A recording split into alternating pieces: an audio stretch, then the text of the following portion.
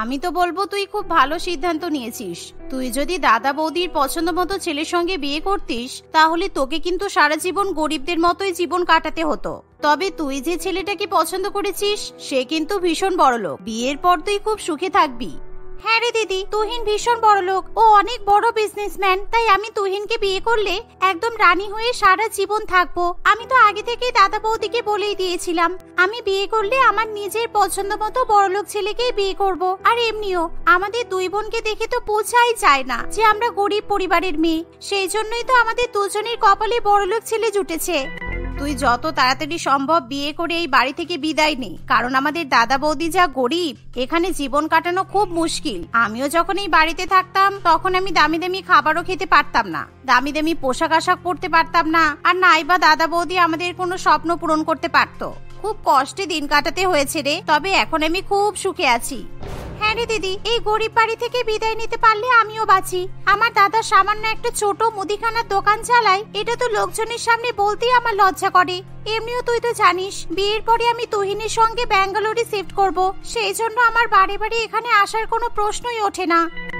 দরজার বাইরে থেকে দুই ননদের মুখে এরকম কথা শুনি রুক্মিণীর ভীষণ পরিমাণে খারাপ লাগে, কারণ রুক্মিণী তার দুই ননদ দেবস্মিতা এবং সুস্মিতাকে প্রচন্ড পরিমাণে ভালোবাসলেও তারা দুই বোন নিজেদের দাদা বৌদিকে খুব একটা পছন্দ করে না, কারণ তাদের দাদা শঙ্কর ছোট্ট একটা মুদিখানার দোকান চালায় আর কোনো রকমের নিজেদের সংসার চালায়। আর সুস্মিতা এবং দেবস্মিতা দুই বোনের যেহেতু প্রচন্ড পরিমাণে টাকা পয়সার লোভ ছিল, তাই তারা সবসময় বড়লোক হবার স্বপ্ন দেখত। কয়েক বছর আগে দেবস্মিতা নিজের পছন্দ মতো এক বড়লোক পরিবারের ছেলেকে বিয়ে করে। তবে দেবস্মিতার শ্বশুরবাড়ি তার বাপের বাড়ি থেকে মাত্র 5-10 মিনিট দূরেই ছিল।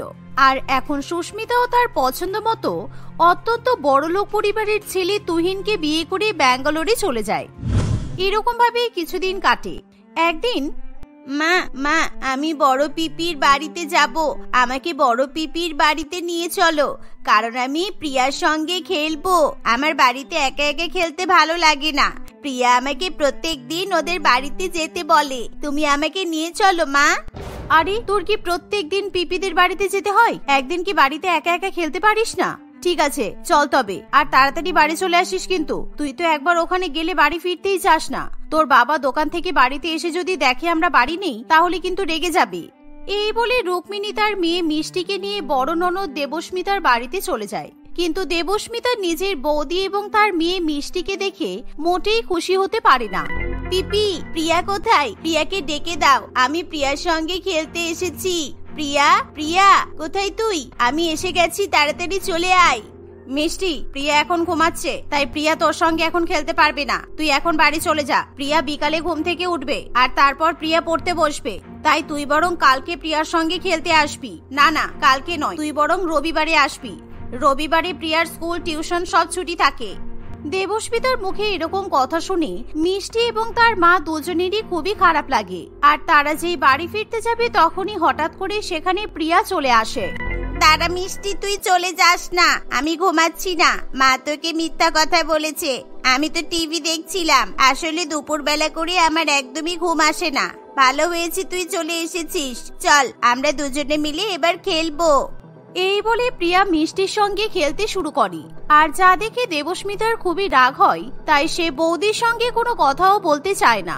সে চুপচাপ নিজের ঘরে গিয়ে টিভি চালিয়ে টিভি দেখতে শুরু করে। আর রুক্মিণী একা একা ডাইনিং রুমে বসে থাকে। অন্যদিকে প্রিয়া এবং মিষ্টি একসঙ্গে খেলাধুলা করতে থাকে। এভাবে প্রায় 1 ঘন্টা কাটে। এ মিষ্টি দাঁড়া, আমার খুব খিদে পেয়েছে, আমি আমার মাকে কিছু খাবার দিতে বলছি, তারপর আমরা দুজনে মিলে একসাথে খাবো। এই বলে প্রিয়া ছুটে তার মায়ের কাছে চলে যায়। মা, আমার খুব খিদে পেয়েছে, আমাকে কিছু খেতে দাও। ফ্রিজে আইসক্রিম আছে, চকলেট আছে, আমাকে দাও। কালকে তো বাবা আমার জন্য অনেকগুলো আইসক্রিম আর চকলেট কিনে এনেছে, তাই না? এই চুপ কর, এখন তোকে কোনো খাবার দেবো না। দেখছিস না এখন মিষ্টি আর ওর মা আমাদের বাড়িতে আছে। এখন যদি তোকে আইসক্রিম কিংবা চকলেট দিই, মিষ্টিকেও তো দিতে হবে, আর আমাদের দামি দামি আইসক্রিম চকলেট সব শেষ হয়ে যাবে। মা, তুমি এরকম কেন করো? অল্প একটু আইসক্রিম দিলে কি আইসক্রিম শেষ হয়ে যাবে? আমি তাহলে বাবাকে ফোন করে বলে দেব আজকে আবার আইসক্রিম নিয়ে আসতে। তুমি আইসক্রিম দাও, আমি আর মিষ্টি খাবো। এবার কিন্তু তোকে মারবো বলে দিলাম প্রিয়া। নিশ্চয়ই মিষ্টি তোকে শিখিয়ে পাঠিয়েছে তাই না, যে তোর মায়ের কাছ থেকে গিয়ে খাবার চেয়ে নিয়ে আয়। আমি খুব ভালো করেই জানি ওই মেয়েটা কতটা লোভী হয়েছে। ও তো শুধু ভালো ভালো দামি দামি খাবার খাওয়ার জন্য এখানে আসে। আমি কি কিছু বুঝি না মনে করেছিস? চুপচাপ এখানে বস, অনেক খেলাধুলা করেছিস, তুই আর বাইরে যাবি না, বস এখানে। মায়ের কথা শুনে প্রিয়া প্রচন্ড জোরে জোরে কাঁদতে শুরু করে। আর দেবস্মিতা তখন প্রিয়াকে ঘরে বন্ধ করে রেখে রুক্মিণী এবং তার মেয়ের কাছে চলে যায়। এই যে বৌদি, তুমি কিন্তু খারাপ ভেবো না। তুমি প্রত্যেকদিন তোমার মেয়েকে দুপুর বেলা করে আমাদের বাড়িতে নিয়ে চলে আসো, সেজন্য আমার মেয়ের কিন্তু দুপুর বেলার ঘুম নষ্ট হয়। প্রিয়া দুপুরে ঘুমাতেই পারে না, প্রত্যেকদিন তোমার মেয়েটা এসে বিরক্ত করে। প্রিয়া এখন দুপুর থেকে বিকেল বেলা পর্যন্ত মিষ্টির সঙ্গে খেলাধুলা করে, আর সন্ধ্যা হলেই ও ঘুমিয়ে পড়ে। একদম পড়াশোনা করতে পারছে না মেয়েটা। তুমি তোমার মেয়েটাকে পড়াশোনা করাও বলে তো মনে হয় না। তোমার মেয়েটার জন্য আমার মেয়েটারই পড়াশোনা নষ্ট হচ্ছে। দেবস্মিতার মুখে এরকম কথা শুনে রুক্মিণীর প্রচন্ড পরিমাণে খারাপ লাগে। কিন্তু পিপি, পিয়াই তো আমাকে বললো প্রত্যেকদিন ও রাত 10টা পর্যন্ত পড়াশোনা করে। আমার মনে হচ্ছে তুমি মিথ্যা কথা বলছো, যাতে আমি প্রিয়ার সঙ্গে খেলতে না পারি, তাই না? ঠাসি একটা চড় মারবো। এইটুকু মুখে বড় বড় কথা। দেখেছো বৌদি, তুমি তোমার মেয়েকে কেমন শিক্ষা দিয়েছো? বড়দের সঙ্গে কেমন মুখে মুখে তর্ক করছে। এবার বুঝলাম আমার মেয়েটা কেন দিন দিন এতটা বিগড়ে যাচ্ছে। তোমার মেয়ের সঙ্গে মিশে আমার মেয়ের এরকম দশা হয়েছে। বাড়িতে গিয়ে আবার দাদাকে বলো না যে আমি তোমাদেরকে এখানে আসতে বারণ করেছি। মাঝে মধ্যে আসলে ঠিক আছে, এরকম প্রত্যেকদিন আসবে না প্লিজ। দেবস্মিতার কথা শুনে রুক্মিণীর খুবই খারাপ লাগে, তাই সে কোনো কথা না বলে নিজের মেয়েকে নিয়ে বাড়িতে ফিরে যায়। কিন্তু বাড়িতে গিয়ে রুক্মিণী তার ননদের বাজে ব্যবহার সম্পর্কে কিছুতেই শঙ্করকে কিছু জানায় না, কারণ রুক্মিণী কখনো নিজের স্বামীর সামনে দুই ননদকে খারাপ করতে চায় না। তবে সেদিনের পর থেকে রুক্মিণী তার মেয়েকে নিয়ে কিছুতেই বড় ননদের বাড়িতে যেতে চায় না। তাই মিষ্টি প্রিয়ার সঙ্গে খেলাধুলা করার জন্য প্রত্যেকদিনই কান্নাকাটি করে। এমনই একদিন মিষ্টি যখন প্রিয়ার সঙ্গে খেলাধুলা করার জন্য কান্নাকাটি করে, তুই কেন বাড়ি বেড়ে প্রিয়াদের বাড়িতে যাওয়ার জন্য জোর করিস বলতো? বাড়িতে কি তুই একা একা খেলতে পারিস না? চুপচাপ বাড়িতে বসে একা একা পুতুল নিয়ে খেলা কর। আমি তোকে প্রিয়াদের বাড়িতে নিয়ে যেতে পারবো না মিষ্টি। তুমি আমাকে প্রিয়াদের বাড়িতে নিয়ে যাবে না তো? ঠিক আছে, আজকে বাবা আসুক, আমি বাবাকে বলে দেব যে তুমি আমাকে প্রিয়াদের বাড়িতে নিয়ে যেতে চাও না। এক্ষুনি বাবা আসবে আর আমি বাবাকে বলে দেব। উফ, এ তো ভারী জ্বালাতনে পড়লাম। ঠিক আছে শোন, আমি তোকে প্রিয়াদের বাড়িতে নিয়ে যেতে পারি, তবে তুই কিন্তু প্রিয়াদের বাড়িতে গিয়ে কোনো খাবার খাওয়ার জন্য আবদার করবি না বলে দিলাম। আর ওরাও যদি তোকে কোনো খাবার খেতে দেয় তবুও তুই খাবি না, ঠিক আছে? আর আমরা ওখানে বেশিক্ষণ থাকবো না, 1 ঘন্টার মধ্যেই চলে আসবো। চল এবার। এভাবেই অনিচ্ছা থাকা সত্ত্বেও রুক্মিণী শুধুমাত্র তার মেয়ের জন্য দেবস্মিতাদের বাড়িতে যায়। কিন্তু এবারও দেবস্মিতা তার বৌদি এবং বৌদির মেয়ের সঙ্গে খুব একটা ভালো ব্যবহার করে না। এরকম ভাবেই দেখতে দেখতে প্রায় 6-7 মাস কেটে যায়। আর দেবস্মিতা এবং তার স্বামী চিরঞ্জিত তাদের বিবাহ বার্ষিকী উপলক্ষে আত্মীয় স্বজন সবাইকে নিমন্ত্রণ করে। আর সেই সাথে দেবস্মিতা তার দাদা বৌদি এবং ছোট বোন ও তার স্বামীকেও নিমন্ত্রণ করে। এর ফলে সুস্মিতা ব্যাঙ্গালোর থেকে নিজের শহরে ফিরে আসবে বলে ঠিক করে। আর যা শুনে রুক্মিণী খুবই খুশি হয়ে সুস্মিতাকে ফোন করে বলে, হ্যালো সুস্মিতা, শুনলাম নাকি তোমরা কালকে বাড়িতে আসছো। 2 দিন পর তো দেবস্মিতার বিবাহ বার্ষিকী আছে। ভালো হয়েছে তুমি 2 দিন আগেই চলে আসছো, কারণ বিয়ের পর থেকে তুমি তো একবারও বাড়িতে আসোনি। কতদিন হয়ে গেল তোমাকে দেখিনি বলো তো। তোমরা তাহলে কালকে কখন আসবে? এই যে হ্যালো, আমি কখন বললাম আমি তোমাদের বাড়িতে যাব? আমি আমার বরকে নিয়ে ওই গরিবখানাতে কিছুতেই যাব না। তোমাদের বাড়িতে গেলে তোমরা কি আমার বড়লোক বরের ভালো মতো আপ্যায়ন করতে পারবে? ওকে ভালো ভালো দামি দামি খাবার খাওয়াতে পারবে? নাকি নতুন জামাইকে কোনো ভালো উপহার দিতে পারবে? শুধু শুধু আমার বরকে ওই বাড়িতে নিয়ে গিয়ে আমি অপমানিত হতে চাই না। আমরা এখান থেকে সোজা দিদিদের বাড়িতেই যাব। এই বলে সুস্মিতা ফোন রেখে দেয়। আর সুস্মিতার কথা শুনে রুক্মিণীর খুবই খারাপ লাগে। আর পরের দিন সুস্মিতা তার বরকে নিয়ে সোজা তার দিদির বাড়িতেই চলে যায়। আর সেদিনই বিকেল বেলা দেবস্মিতা তার বৌদিকে ফোন করে নিজেদের বাড়িতে ডাকে, যার ফলে রুক্মিণী মনে মনে প্রচন্ড পরিমাণে খুশি হয়। কারণ এর আগে কখনো দেবস্মিতা তার দাদা কিংবা বৌদিকে ফোন করে নিজেদের বাড়িতে ডাকেনি। কিন্তু রুক্মিণী যখন দেবস্মিতাদের বাড়িতে গিয়ে পৌঁছায়, তখন সে দেখে যে 2 ননদ তার নামে নিন্দা করতে ব্যস্ত। কি আর বলবো, ভালো হয়েছে তুই বিয়ে করে ব্যাঙ্গালোরে চলে গেছিস। কিন্তু আমি খুব কাছাকাছি থাকি বলে বৌদি আর ওর মেয়ে আমাকে জ্বালিয়ে পুড়িয়ে মারি। মিষ্টিটা এমন লোভী হয়েছে, প্রত্যেক দিন দামি দামি খাবার খাওয়ার জন্য আমাদের বাড়িতে চলে আসে। আর জানি না আমার মেয়েটার উপর কি যে জাদুটোনা করেছে। আমার মেয়ে তো মিষ্টিকে ছাড়া অন্য কারোর সঙ্গে খেলতেই চায় না। দিনরাত মিষ্টি মিষ্টি মিষ্টি। এমন সময় হঠাৎ করে দেবস্মিতা তার বৌদিকে দেখতে পেয়ে চুপ করে যায়। কি হলো দিদি, তুই চুপ করে গেলি কেন? ও, বৌদি এখানে এসে চুপি চুপি দাঁড়িয়ে আছে। কি হলো বৌদি, তুমি এখানে কখন এলে? এসে তো একবারও দরজা নক করলে না। তোমার স্বভাব কিন্তু ভীষণ বাজে। আমাদের পেছনে দাঁড়িয়ে দাঁড়িয়ে তুমি আমাদের কথা শুনছিলে, তাই না? আচ্ছা ছাড় এসব কথা। বৌদি, তোমাকে যেই কারণে এখানে ডেকেছি, এই যে দেখো, এখানে আমার কিছু শাড়ি আছে। শাড়িগুলো আমি 2-4 বার করে পরেছি। আর এখানে 2 জোড়া কোট প্যান্ট আছে। এই কোট প্যান্ট গুলো চিরঞ্জিতের গায়ে এখন আর হয় না। আর প্রিয়ারও এখানে কয়েকটা টাইট হয়ে যাওয়া জামা আছে, এগুলো তুমি নিয়ে যাও। আমাদের অ্যানিভার্সারি পার্টিতে তোমরা কিন্তু সবাই এই পোশাকগুলোই পরে আসবে। কি হলো, তুমি এরকম ভাবে অবাক হয়ে তাকিয়ে আছো কেন? তোমাদের তো পার্টিতে আসার মতো ভালো জামা কাপড় নেই। তাই তোমরা যদি পুরানো সস্তা জামা কাপড় পরে পার্টিতে চলে আসো, তাহলে দিদির শ্বশুরবাড়ির সামনে আমাদেরকে অপমানিত হতে হবে। সেই জন্যই তো দিদি জামা কাপড়গুলো তোমাদেরকে দিচ্ছে, কারণ তোমাদের তো আর এরকম দামি দামি জামা কাপড় কেনার মুরত নেই। তোমরা দুজনে মিলে আমাকে আর কত অপমান করবে? সবসময় তোমরা আমাকে আর আমার মেয়েকে ছোট করো। আমি তো ভেবেছিলাম আজকে তোমরা নিজেরা ফোন করে এখানে ডেকেছো মানে আমার সঙ্গে ভালো ব্যবহার করবে, কিন্তু তোমাদের উদ্দেশ্য একটাই, শুধুমাত্র আমাকে অপমান করা। তোমরা কি জানো, একবার যদি তোমাদের দাদা জানতে পারে যে তোমরা আমার সঙ্গে এরকম ব্যবহার করো, তাহলে তোমাদের দাদা কতটা খারাপ ভাববে। বেশি নাটক করো না তো, চুপচাপ এই জামা কাপড়গুলো নিয়ে এখান থেকে চলে যাও। আর হ্যাঁ, যদি এই পোশাকগুলো পরে পার্টিতে আসতে পারো তাহলেই আসবে, তা না হলে আসার কোনো দরকার নেই। আর দয়া করে পার্টিতে এসে সবাইকে বলে বেড়াবে না যে দাদা একটা ছোট মুদিখানার দোকান চালায়, তাহলে আমাদের মান সম্মান সব শেষ হয়ে যাবে। ঠিক এমন সময় সেখানে শঙ্কর চলে আসে। আর শঙ্করকে দেখে তার 2 বোন প্রচন্ড পরিমাণে ভয় পেয়ে যায়। আজকে আমি এখানে যদি না আসতাম তাহলে তোদের 2 বোনের আসল চেহারা আমার চোখের সামনে আসতো না। তোরা হয়তো ভুলেই যাচ্ছিস, তোদের 2 বোনের জন্য আমরা কত কিছু ত্যাগ করেছি। আমাদের জায়গা জমি বিক্রি করে, তোর বৌদি সোনা গহনা বিক্রি করে তোদের পড়াশোনা করিয়েছি। নিজেরা না খেয়ে তোদেরকে পেট ভরে খাবার খাইয়েছি। কিন্তু তোদের বড়লোক বাড়িতে বিয়ে হয়েছে বলে তোদের গরিব দাদা বৌদির পরিচয় কারোর সামনে দিতে পারছিস না। ঠিক আছে, আজকে থেকে তোদের সঙ্গে আমাদের কোনো সম্পর্ক থাকবে না। তোরা সবসময় ভালো থাক, আর উপরওয়ালা তোদেরকে ভালো রাখুক এই কামনা করি। চলো রুক্মিণী। এই বলে শঙ্কর রুক্মিণীকে নিয়ে সেখান থেকে চলে যায়। আর সেদিনের পর থেকে শঙ্কর কিছুতেই রুক্মিণীকে তার 2 ননদের সঙ্গে সম্পর্ক রাখতে দেয় না। বন্ধুরা, সুস্মিতা এবং দেবস্মিতার মতো কিছু মানুষের অহংকার এবং লোভ লালসার জন্য এভাবে অনেক সম্পর্ক ভেঙে ছিন্ন বিচ্ছিন্ন হয়ে যায়। তাই আমাদের কখনো অহংকার করা উচিত নয়। আর যতটা সম্ভব অহংকারী ব্যক্তিদের থেকে নিজেদেরকে দূরে রাখাই শ্রেয়। কমলা দেবী তার 2 বৌমা রীতা এবং প্রীতিকে নিয়ে বাস করে। কমলা দেবীর 2 বৌমা ভীষণই বোকা প্রকৃতির ছিল। বিশেষ করে গরমকালে তার 2 বৌমা আরো বেশি পরিমাণে হতবুদ্ধি সম্পন্ন হয়ে যায়, অর্থাৎ তাদের বোকামির কোনো সীমা থাকে না। কিন্তু এই ব্যাপারে কমলা দেবী এখনো পর্যন্ত অবগত ছিল না। এই বছর গরমকাল পড়ার সঙ্গে সঙ্গেই তার 2 বৌমা যে সমস্ত কাজকর্ম করতে শুরু করে, আর তাতে করে তাদের শাশুড়ি মাকে ভীষণ পরিমাণে বিপদের সম্মুখীন হতে হয়। বৌমা, আজকে খুব গরম পড়েছে, তাই তোমরা দুজনে মিলে আমার জন্য আম পোড়া শরবত করে নিয়ে এসো। এই গরমের মধ্যে আম পোড়া শরবত খেলে শরীর ভালো থাকে। মা, এই গরমে আপনাদেরকে আম পোড়া শরবত খেতে হবে না। আমি এমন ধরনের শরবত বানানো শিখেছি যা খেলে এমনিতেই আপনার গরম কমে যাবে। আর আমি সেই শরবত বানানো প্রীতিকেও শিখিয়ে দিয়েছি। কিরে প্রীতি, তাই তো?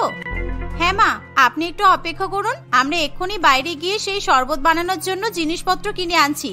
তারপর আপনাকে এমন শরবত করে খাওয়াবো, আপনি তো গরমের কথা ভুলেই যাবেন।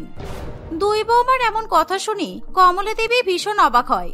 সেই গরম রৌদ্রের মধ্যেই তার 2 বৌমা শরবত বানানোর জন্য যাবতীয় সরঞ্জাম খুঁজতে বাইরে বেরিয়ে পড়ে।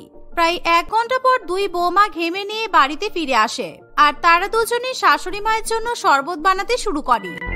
এই প্রীতি, এই শরবতের মধ্যে ভালো করে আদা কুচো, রসুন কুচো আর কাঁচা আম কুচি করে দে, তাহলে খেতে আরো ভালো লাগবে। আর তার সাথে সাথে গোলাপ জল মিশিয়ে দে, যাতে শাশুড়ি মা গন্ধ না বুঝতে পারি। হ্যাঁ, তুমি ঠিক কথাই বলেছো, কারণ শাশুড়ি মা যদি একবারেই শরবতের গন্ধ পেয়ে যায় তাহলে খেতেই চাইবে না। এই বলে 2 বোকা বৌমা মিলে গরমের মধ্যে শাশুড়ি মায়ের গরম কম করার জন্য ঠান্ডা ঠান্ডা শরবত বানিয়ে ফেলে। সেই শরবতের মধ্যে তারা বেশি করে বরফ কুচি দিয়ে দেয়। কিছুক্ষণ পর 2 বৌমা শরবত নিয়ে শাশুড়ি মায়ের কাছে চলে যায়। সেই শরবত দেখতে ভালো হওয়ায় কমলা দেবী বেশ খুশি হয়। যাক, এই গরমের মধ্যে তোমরা দুজনে একটা কাজের কাজ করেছো, আমাকে ভালো করে ঠিকঠাক ভাবে শরবত বানিয়ে দিয়েছো। তা না হলে তোমাদের দুজনকে নিয়ে আমি সবসময় ভয়ে ভয়ে থাকি। এই কদিন আগে তোমরা যা কীর্তি করেছিলে।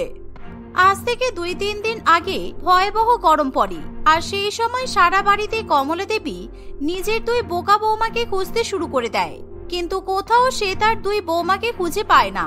এর ফলে কমলা দেবী এবং তার 2 ছেলে প্রচন্ড পরিমাণে ভয় পেয়ে যায়। এই স্বপন, আমার বড় বৌমা কোথায় গেল রে? সেই সকাল থেকে এই গরমের মধ্যে ওকে তো আমি খুঁজেই পাচ্ছি না, আর তার সাথে সাথে রতন তোর বউকেও কিন্তু খুঁজে পাচ্ছি না আমি। সকালবেলা দুজনে গরম লাগছে বলে স্নান করতে গিয়েছিল, তারপর থেকে তো ওদেরকে আমি আর দেখতেই পাচ্ছি না। কি করে বলবো মা, আমিও তো বুঝতে পারছি না। সেই সকাল থেকেই দুজনে ভীষণ গরম লাগছে করছিল, কিন্তু তারপরে কোথায় গেল আমি তো জানি না। আমার মনে হয় ওদেরকে একবার বাথরুমে গিয়ে দেখা দরকার, কেননা আমি ওদের দুজনকে লাস্ট বাথরুমে স্নান করতে যেতেই দেখেছিলাম। 3 ঘন্টা তো হয়ে গেল, এখনো কি স্নান থেকে বেরোলো না? এই বলে তারা 3 জনে বাথরুমের দিকে যায়। তারা দেখে যে বাথরুমের দরজা ভেতর থেকে বন্ধ করা। এই দেখে তারা 3 জনে আরো ভয় পেয়ে যায়। কমলা দেবী, রতন এবং স্বপন জোরে জোরে দরজা ধাক্কা দিলেও কেউ ভেতর থেকে দরজা খোলে না। এমন সময় রতন এবং স্বপন দুজনে দরজা ভাঙতে বাধ্য হয়। যেই না তারা দরজা ভেঙে বাথরুমের মধ্যে প্রবেশ করে, তারা দেখে যে 2 বৌমা চাদর এবং বালিশ নিয়ে বাথরুমের মধ্যে শুয়ে আছে, আর সেই সাথে তারা দুজনেই নাক ডাকছে। দেখেছো কাণ্ড, আমার 2 বোকা বৌমা গরমের মধ্যে শেষ পর্যন্ত বাথরুমে ঘুমাচ্ছে। কি অবস্থা! এই রীতা, এই প্রীতি, ঘুম থেকে ওঠো বলছি।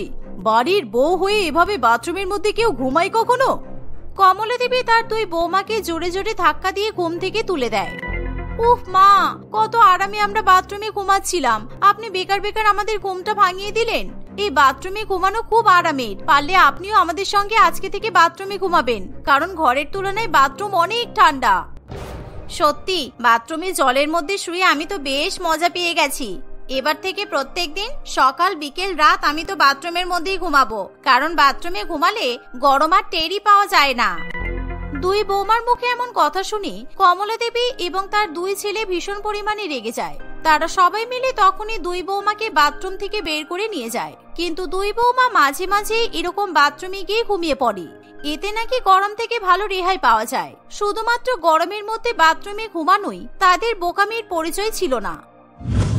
একদিন, এই প্রীতি দেখ না, ফ্রিজে কত বরফ জমেছে। এই ফ্রিজকে দেখে পুরো বিদেশি পাহাড় পাহাড় মনে হচ্ছে। গরমের মধ্যে যদি এরকম বরফের পাহাড়ে ঘুরতে যেতে পারতাম তাহলে কত ভালো হতো। বাড়িতে এরকম বরফ ভর্তি ফ্রিজ থাকতে তোমাকে আবার পাহাড়ে ঘুরতে যেতে হবে কেন? চলো, আমি আর তুমি ফ্রিজের মধ্যেই ঘুরে আসি, তাহলে গরমে আরাম পাবো। প্রীতির মুখে এরকম ফ্রিজে ঘুরতে যাওয়ার বুদ্ধিকে রীতা বাহবা দেয়। তাই তারা তখনই 2 জন মিলে ফ্রিজের সমস্ত জিনিসপত্র বাইরে বের করে দেয়, আর ধীরে ধীরে 2 বৌমা একসঙ্গে ফ্রিজের মধ্যে ঢুকে ফ্রিজ বন্ধ করে দেয়। ফ্রিজে ঢুকে যাওয়ার পর তারা বেশ আরাম অনুভব করতে থাকে। এর ফলে আর কিছুক্ষণের মধ্যেই তারা দুজনেই ফ্রিজের মধ্যে ঘুমিয়ে পড়ে। ঠিক এমন সময় কমলা দেবীর বান্ধবী শান্তি দেবী তাদের বাড়িতে আসে। তারা দুজনে একসঙ্গে গল্প করছে। এমন সময়, শান্তি তুই বস, আমি রান্নাঘরে যাচ্ছি। আমার 2 বৌমাকে বলছি তোর জন্য কোল্ড কফি আর বিস্কুট নিয়ে এসে দিতে। এই গরমের মধ্যে কোল্ড কফি খেলে আরাম পাবি। চল, তোর সাথে আমিও রান্নাঘরে যাই, কারণ আমি যখনই আসি তোর 2 বৌমার সঙ্গে আমার দেখা হয় না। তাই আজকে চল, রান্নাঘরে গিয়েই আমি তোর 2 বৌমার সঙ্গে গল্প করব। আচ্ছা ঠিক আছে চল, আর দেখা হবে বা কি করে? ওরা দুজনে তো সবসময় রান্নাঘরেই ব্যস্ত থাকে। এই বলে কমলা দেবী শান্তি দেবীকে নিয়ে রান্নাঘরে চলে যায়। কিন্তু রান্নাঘরে গিয়ে তারা সমস্ত জিনিসপত্র বাইরে ছড়ানো ছিটানো অবস্থায় দেখে প্রচন্ড পরিমাণে অবাক হয়। সেই সাথে তারা দেখে যে রান্নাঘরে 2 বৌমা নেই। ফ্রিজের সমস্ত জিনিসপত্র বাইরে দেখে কমলা দেবীর ভীষণ পরিমাণে সন্দেহ হয়, আর সে তখনই তার 2 বৌমাকে ডাকাডাকি করতে শুরু করে। এই কমলা, তোদের ফ্রিজ থেকে কেমন একটা শব্দ আসছে, কেমন যেন মনে হচ্ছে কোনো জন্তু নাক ডেকে ঘুমাচ্ছে। আমার খুব ভয় লাগছে কমলা, আমি আর এখানে দাঁড়াবো না, আমি বাড়ি যাই। আমার মনে হচ্ছে কোনো জন্তু তোর রান্নাঘরে ঢুকে এসেছে আর এইসব জিনিসপত্র ছড়িয়ে ছিটিয়ে তোর 2 বৌমাকে তুলে নিয়ে চলে গেছে। কারণ আমি খবরে দেখেছি জীবজন্তুরা বনে জঙ্গলে জল পাচ্ছে না বলে শহরে ঘরের মধ্যে ঢুকে আসছে। এই এসব বলে তুই আমাকে আর ভয় দেখাস না তো। তুই আমাকে ছেড়ে এখন যাস না শান্তি। আমাদের বেখেয়ালে কি রান্নাঘরে ঢুকলো কে জানি। এই বলে কমলা দেবী এবং শান্তি দেবী 2 হাতে 2টো লাঠি তুলে নেয় আর ধীরে ধীরে ফ্রিজের দিকে এগিয়ে যায়। তারা ফ্রিজ খোলা মাত্রই দেখে যে 2 বৌমা ফ্রিজের মধ্যে শুয়ে আরাম করছে। এরকম ভাবে 2 বৌমাকে ফ্রিজের মধ্যে ঘুমাতে দেখে কমলা দেবী তাদের উপর প্রচন্ড পরিমাণে রেগে যায়। কিন্তু শান্তি দেবী কমলা দেবীর দুই বৌমার এরকম বোকামির জন্য জোরে জোরে হেসে ওঠে। আর ফ্রিজ খোলা মাত্রই দুই বোকা বৌমার ঘুম ভেঙে যায়। ও বাবা কমলা, এ তো তোর দুই বৌমা। তুই যে বললি তোর বৌমারা নাকি সবসময় রান্নাঘরে রান্না করে। ও মা, এরা তো দেখছি ফ্রিজের মধ্যে ঢুকে ঘুমিয়ে পড়েছে। আমার মনে হয় তোর দুই ছেলে ইলেকট্রিসিটি বাঁচানোর জন্য এসি চালায় না, তাই তোর দুই বৌমা এরকম ফ্রিজের মধ্যে শুয়ে ঠান্ডায় ঘুমাচ্ছে। এমন সময় রীতা হাই তুলতে তুলতে বলে, না না কাকিমা, আপনি ভুল ভাবছেন। আমাদের স্বামীরা তো এসি চালায়, কিন্তু এরকম ফ্রিজে বরফের মধ্যে শোয়ার মজাই আলাদা। আপনি শোবেন নাকি? দুই বৌমার এরকম বোকা বোকা কাণ্ড দেখে শান্তি দেবী হাসতে হাসতে নিজের বাড়ি চলে যায়। আর এদিকে কমলা দেবী তার দুই বৌমাকে ভীষণ পরিমাণে বকাবকি করতে শুরু করে।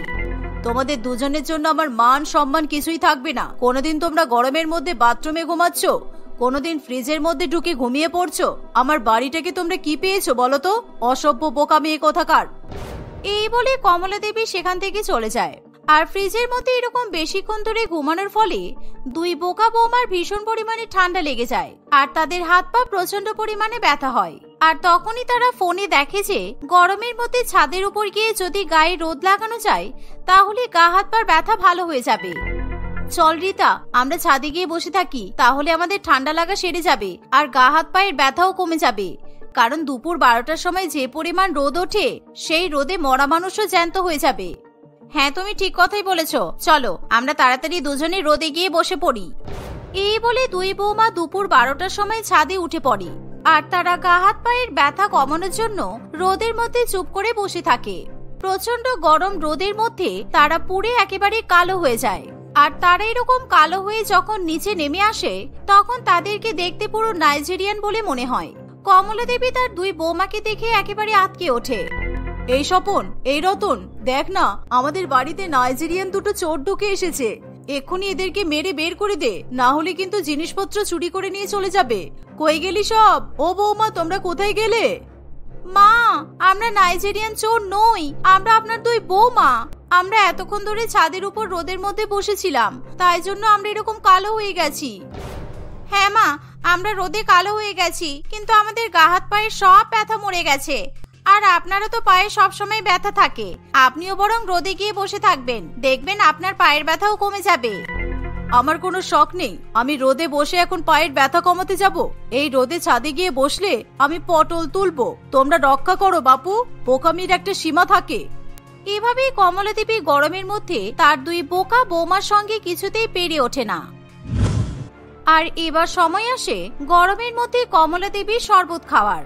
কমলা দেবী ভাবে যে তার বৌমা তাকে ভালো মতো শরবত বানিয়ে দিয়েছে। এই ভেবে সে শরবতের গ্লাস নিয়ে শরবত খেতে শুরু করে দেয়। শরবত খাওয়ার সঙ্গে সঙ্গে তার নাকে কেমন একটা বিকট গন্ধ লাগে, কিন্তু সে কিছুতেই বুঝতে পারে না সেই গন্ধটা কিসের হতে পারে। কি ব্যাপার, তোমরা কি দিয়ে শরবত বানিয়েছো? এরকম বিকট গন্ধ লাগছে কেন? তোমরা আমাকে সত্যি কথা বলবে, না হলে কিন্তু আমি এই শরবত খাবো না। কমলা দেবী তার দুই বৌমাকে এরকম প্রশ্ন করলে রীতা এবং প্রীতি দুজনেই চুপ করে থাকে। সেই সময় একটা গরু ঘাটালের মালিক শ্যামল কমলা দেবীর বাড়ির সামনে এসে চিৎকার চেঁচামেচি করতে শুরু করে দেয়। তার চেঁচামেচি শুনে কমলা দেবী এবং তার দুই বৌমা বাইরে বেরিয়ে যায়। মাসিমা, আপনার পরিবারের দুই বৌমা থেকে কিন্তু এরকম আশা করা যায় না। ছি ছি ছি, জানেন আজকে আপনার দুই বোকা বৌমা কি করেছে? একটু আগে ওরা দুজনে মিলে আমার গরুর খাটালে গিয়েছিল, আর এই গরমের মধ্যে ওরা আমার গরুর মূত্র চুরি করে পালিয়ে এসেছে। এমন কথা শুনে কমলা দেবীর মাথা ঘুরে যায়। সে তখন বুঝতে পারে যে তার পেট ঠান্ডা করার জন্য দুই বৌমা যে শরবত বানিয়েছে তার মধ্যে গরুর টয়লেট মেশানো। আসলে রীতা এবং প্রীতি ইন্টারনেটে দেখে যে গরমের মধ্যে গরুর টয়লেট মেশানো শরবত খেলে নাকি মানুষ অনেক আরাম পায় আর তাদের শরীর পুরোপুরি ঠান্ডা হয়ে যায়। ফলে রীতা এবং প্রীতি তাদের শাশুড়ি মাকে এরকম শরবত খাওয়ানোর জন্য গরমের মধ্যে গরুর খাটালে যায় আর সেখান থেকে শ্যামলকে কিছু না বলেই গরুর টয়লেট চুরি করে নিয়ে পালিয়ে আসে। এমন করে কথা শোনানোর কি আছে শ্যামল কাকা? আপনি এমন করছেন যেন আমরা আপনার বাড়ি থেকে সোনা চুরি করে নিয়ে এসেছি, সামান্য গরুর টয়লেট চুরি করেছি তাতেও এত কথা। হায় হায় রে, তোমরা শেষ পর্যন্ত আমাকে গরুর টয়লেট খাওয়ালে। আর তোমাদের এরকম বোকার মতো ভিডিও দেখতে কে বলেছে? এই গরমের মধ্যে আমি মরে যাচ্ছি, তার উপর তোমরা আমাকে এরকম নোংরা জিনিস খাইয়ে দিলে। ছি, আমার তো এবার ভীষণ শরীর খারাপ লাগছে। শুনুন মাসিমা, আপনার দুই বোকা বৌমাকে পারলে কোমরে দড়িতে বেঁধে রাখুন, যাতে ওরা আর এরকম পাগলামি বা বোকামি করতে না পারে। কারণ আজকে আমার গরুর খাটাল থেকে টয়লেট চুরি করে নিয়ে এসেছে, আমি কিচ্ছু বলিনি। পরের দিন যদি গোবর চুরি করে নিয়ে আসে তখন কিন্তু আমি পুলিশ ডাকবো। আর আপনি যদি আপনার দুই বৌমাকে শিক্ষা দিতে না পারেন তাহলে ওরা কিন্তু আপনাকে মানুষের টয়লেটও খাইয়ে দেবে বলে দিলাম।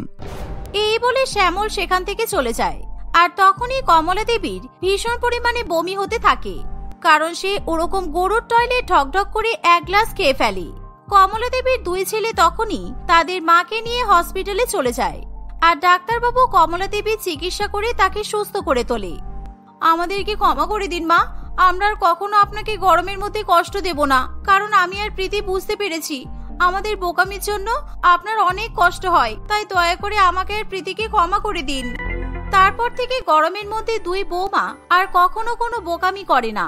তারা সকলের সঙ্গে মিলেমিশে সুখে শান্তিতে সংসার করে।